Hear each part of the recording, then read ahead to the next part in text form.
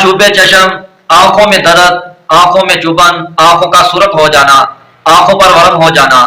मौजूदा दिनों में खासकर हमारे पाकिस्तान में आंखों के वायरस में मुब्तला होने वाले मरीजों की तादाद आए दिन बहुत ज्यादा बढ़ती चली जा रही है और ये एक लहर बहुत तेजी से फैलती जा रही है।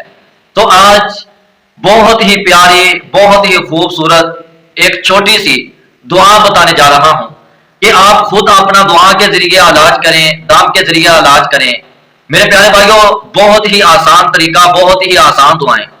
जो भाई आंखों के वायरस में मुब्तला हो चुके हैं, जिनकी आंखें खराब हो चुकी हैं, वो भाई रोजाना सुबह नमाज फजर के बाद सबसे पहले तो अपनी ये दाएं हाथ वाली ये शहादत की उंगली अपनी आंखों पर रखें और 3 दफा सूरतुल फातिहा इसकी तिलावत करें। सूरतुल फातिहा 3 दफा पढ़ें और उसके बाद 3 दफा दुरूद पढ़ें और उसके बाद 3 दफा एक बहुत ही प्यारी छोटी सी दुआ है, अल्लाहुम्मा आफिनी फी बादानी, अल्लाहुम्मा आफिनी फी सामई, अल्लाहुम्मा आफिनी फी बसारी।